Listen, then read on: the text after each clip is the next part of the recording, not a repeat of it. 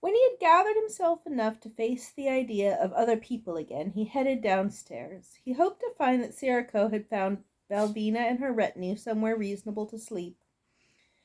Belvina in one of the small rooms near the tower, perhaps. He didn't have any ideas for the harem beyond the stable, which he suspected she would find more amusing than anything else. Hopefully, was settled in and burning off some of her energy with her toys. Unfortunately, he found her in his workshop instead, his now partially cleared workshop. "What are you doing?" he demanded, trying desperately to sound authoritative as he dodged Beetle trundling by with a trolley topped with a perilously stacked pile of glassware.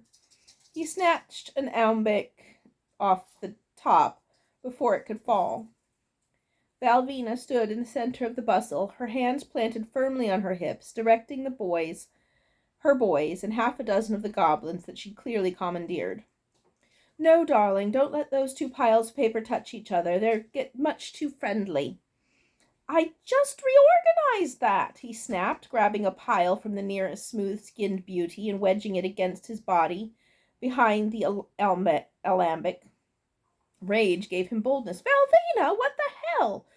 What would you do if I marched into your workshop and started rearranging everything without so much as a please?" "Well, you wouldn't have made it into my workshop alive, darling. Really, your wards are terrible," she said, directing some of the goblins to pick up the newly cleared table. "Put that down," he snapped. The goblins put the table down. "I'm saving you from yourself," she purred. She swayed her way over, ending far too close to him for comfort. He took one deliberate, obvious step backwards. "We just talked about this. And what the hell are you talking about?" The come hither snapped off again. It didn't reduce the magnificent properties of her gown, if you could call it that, but it made it a little less impossible to ignore. He wished he could turn the effect on and off like that. His effect on and off like that. Then again, he couldn't imagine the Garavax he'd started to piece together ever turning it off.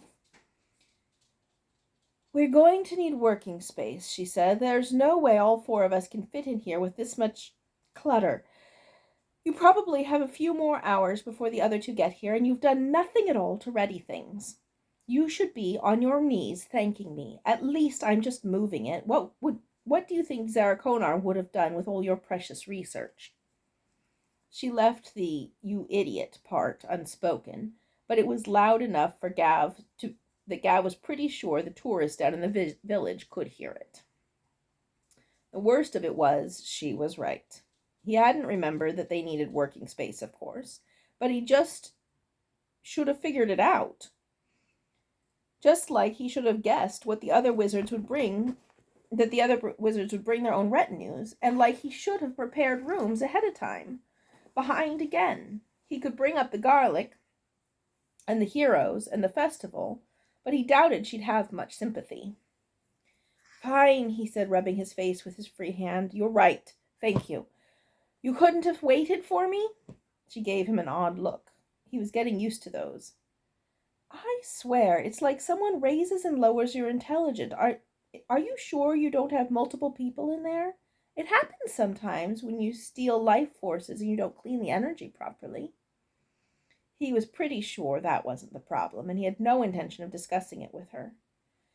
"Now, whose fault was it that my intelligence got lowered?" She laughed, delighted. "Fair, fair. You're right. I should have waited, but I didn't think you'd recover quite that fast." "Then why did you do it in the first place?" he asked, exasperated. "Darling, it's my nature." "What happened to all that about appearances and deceiving?" He folded his arms. "So who's the real Belvina, then?" "Who's the real anyone? When who you are pretending to be stops being a pretense and turns into...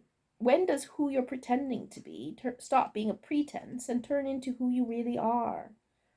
She shrugged, seeming unconcerned. "Besides, I've never been particularly good with impulse control." She picked up a wiggling bag from the corner. He snatched it from her. He wasn't even sure how it had gotten free of the chest. The last thing he needed was for the visiting sorceress to be molested by the moat squid. She might even enjoy it, and he did not want to think about that too hard. He gave up. All right, fine. Where are you putting it all, then? Ah, your bright little apprentice suggested your bedroom, she said, picking up another pile of papers Alicia had so carefully sorted and thumbing through it. His insides froze, but he forced himself to keep moving. I'll take those, thank you, he said, pulling the sheaf from her hands. Out of arm space, he finally sighed and handed the lot off to the returning Garabeetle. So she introduced herself, then? Oh, yes, she said, picking up the headless bird skeleton he'd otherwise pieced back together and extending one wing. Nicely articulated. Oh, no, handsome, this one. And only that one, and only then that one. And don't let them touch unless you want that lovely helm of yours blown clear to the next kingdom. Since the handsome in question was Throck, Gav couldn't tell who was more surprised, him or the guard captain. But then Throck's back straightened proudly, and he hefted up the cast iron apparatus Gav would have sworn would have taken 3 goblins to lift. Velvina trailed her fingers appreciatively over his tensed biceps as he passed. Gav had the uncomfortable thought that, should he be forced to choose, Throck might find his loyalty to Gav rather strained at the moment. Charming girl, Velvina purred. Gav struggled to keep up with her changes of topic. The bag twisted in his hands, lunging towards her. He wrestled it under control. Wren, I think she said her name was. The livery you choose does quite make the most of her legs. Perhaps that's your secret. Should I have worn breeches? The subject of their conversation, of course, chose that very moment to enter the room. She paused in the doorway, eyes wide and cheeks flushing. She may wear whatever she chooses, he said stiffly. He carefully did not look at Alicia. Not everyone chooses to deal with people's preconceptions the way you do, Velvina. You may want to reconsider it, pet, Velvina cooed. Alicia blushed harder. My way is a lot more fun. Well, that's quite up to, Wren, Gav insisted again. He was torn between staying to keep Velvina from digging out even more of his secrets than he wanted her to know, and getting Alicia back to her cell where she was supposed to be. In the end, it was clear which presented the most immediate danger. Is the mirror staying? He asked. Velvina blinked at him. If you know how to move one without breaking the enchantment, I hope you're willing to share. Have fun hunting through the rest of my notes for it, he said, patience finally lost completely. He shoved the bag in the small space between the mirror's frame and the wall.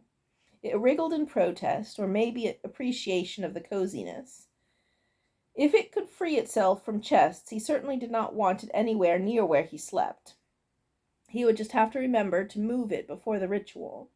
As delightful as the image of Zarakonar with tentacles around his head might be. He grabbed Alicia's elbow and started steering her out into the corridor. Wren? He hissed. She swallowed as he hurried her along the hall. I needed another name for your apprentice. It was the first thing I thought of. Why were you even talking to her in the first place? She showed up in the workshop with reinforcements behind her and demanded that I tell her where to put things. Oh, he said, jaw clenched. And what were you doing out of your room? I was going to free the wizard in the dungeon, she hissed, with a lecture on goblins. You've just had the first 3 additional dark wizards descend on the castle, the first of 3 additional dark wizards descend on the castle, and we need to get the innocents out. I was going to grab Fiari after that. I tried to warn Garabeetle, but he refuses to leave. Are you out of your... His voice was starting to rise, and he cut it off as one of Velvina's boy toys trotted by. When the hunk of eye candy was sufficiently past, he lowered it again. Are you out of your mind? That hero of yours thinks that you work for a dark wizard too, remember? Do you want to end up like Garabeetle did? I don't have any more lozenges. That's my risk to take. If you manage to get yourself blasted with a levin bolt, I have to explain to Zarakonar, so no, it's my risk too. She set her jaw mulishly. He could just lock her in, he realized, but that would defeat the entire purpose of trying to win her trust and leave him back where he started. Fine, he said. Down to the dungeons. It took 2 wrong turns to make their way down. The first door he thought led down turned out to be a root cellar full of mostly onions and some newly stockpiled garlic. The second released a cloud of bats and turned out to contain bats. That was pretty much it. It was a small cave full of bat droppings and no other features besides a slit leading into the courtyard. Gav finally found the correct door at the back of the wine cellar, which contained bottle after bottle of the same depressing black vintage that he'd been drinking the entire time. On the plus side, Orla hadn't been cheating him. On the minus, there wasn't actually any better wine hiding down here. The dungeon door, at least, was suitably intimidating, all pointy ironwork and a leering gargoyle for a door handle. There was a small slot that could be opened and closed to shove in plates of food. Gav straightened himself up, ready to play the fearsome yet magnanimous overlord who was about to take mercy on a poor young adventurer. He heard Alicia's sniff of disdain, but he ignored it. It wasn't her reputation that needed to be maintained here to keep the heroes who were about to descend from sensing his weakness. He opened the door. The room was empty. It's the wrong room again, she groaned. How many are there? He had the same thought, but there really weren't any more alternatives. He stepped in. There were manacles hanging from the walls, and a small but efficient and lovingly stockpiled little array of torture equipment in the corner. But no sign of the prisoner. Not even an abandoned plate or a slop bucket. It was too suspiciously clean to have been occupied long or recently. My lord, came a terrified voice from the doorway. He whipped around. Serico had the blood drained from his face so thoroughly that Gav would have suspected vampires if not for the huge stalk of garlic a few feet away. Serico's eyes darted around the room, which was demonstrably short of one do-gooder wizard. I can explain. Alicia looked back and forth between them, a growing look of horror on her face. Serico, Gav said slowly, trying not to lose his rising temper in front of Alicia. Did you torture my prisoner to death? No, yes, babbled the steward. They just don't make heroes like they used to, master? But you don't mind, I'm sure. Another will be right along. Serico caught the looks of distress and disgust on Alicia and Gav's respective faces and crumpled at Gav's feet. Please have mercy, the man begged, clutching the hem of Gav's robe. Like the mercy you failed to show that boy? Alicia demanded, aghast. Wait, Gav told her. He dropped to one knee. Serico, I am going to ask one time, and I expect the absolute truth, especially in this room of all rooms. Serico spared a terrified glance for the wall of pincers and assorted sizes and bits shapes. He nodded frantically. What did you do with the wizard I told you to bring down here? Serico trembled on the floor. He whispered something. Louder, Serico. Gav leaned back a little and... I let him go, he whispered a little louder. Gav leaned back a little and considered. Was this the first time? He finally asked. Serico shook his head miserably, still staring at the floor. Gav stood, pulling his robes back from Serico's now slack fingers. He strolled over to the implements of torture, each lovingly polished. He ran a finger over the edges, dust-free, rust-free, wickedly sharp, as if they had been sharpened every single time after use. or not. Sirocco, he asked, his voice carefully mild, have you ever actually tortured a prisoner? The poor man burst into tears. Gav rubbed his face. Wren, would you please run to the kitchen and, with my compliments, ask Orla for a nice mug of tea? Regular, normal, suitable for humans tea, not something poisonous or anything. Chamomile would be a nice choice. He wandered back to the sobbing heap on the floor and patted his back ineffectually. There, he said, pull yourself together. No one is getting turned into a toad or a pillar of ash or anything today. Alicia reappeared with a steaming mug and handed it over with ill grace. She clearly had not changed her opinion much. Now, Gav said, helping his steward sit up and wrapping his hands around the mug, why don't you start at the beginning? You're not angry? You're not going to... His eyes darted to the wall of implements.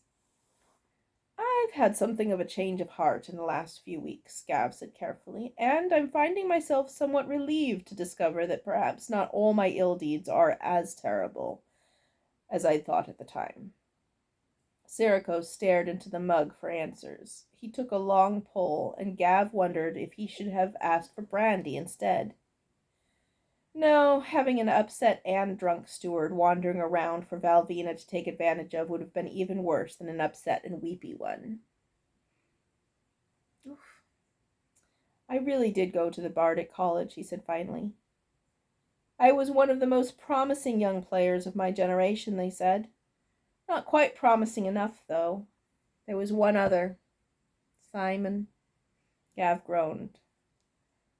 Long story short, you poisoned Simon to get a part and ended up in a life of villainy.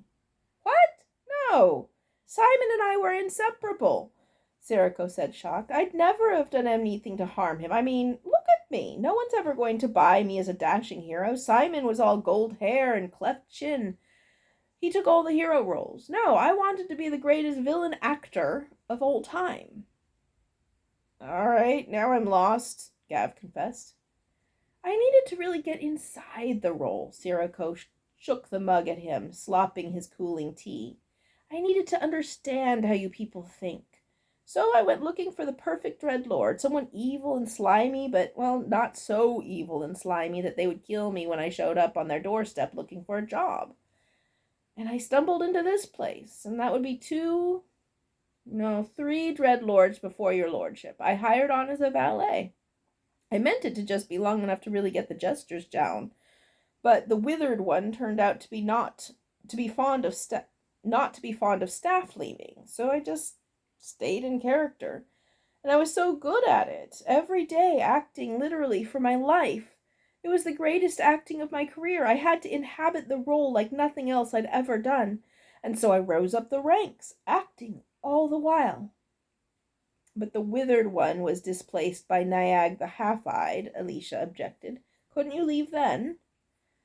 Well, yes, I thought about it, Sirocco shrugged, but...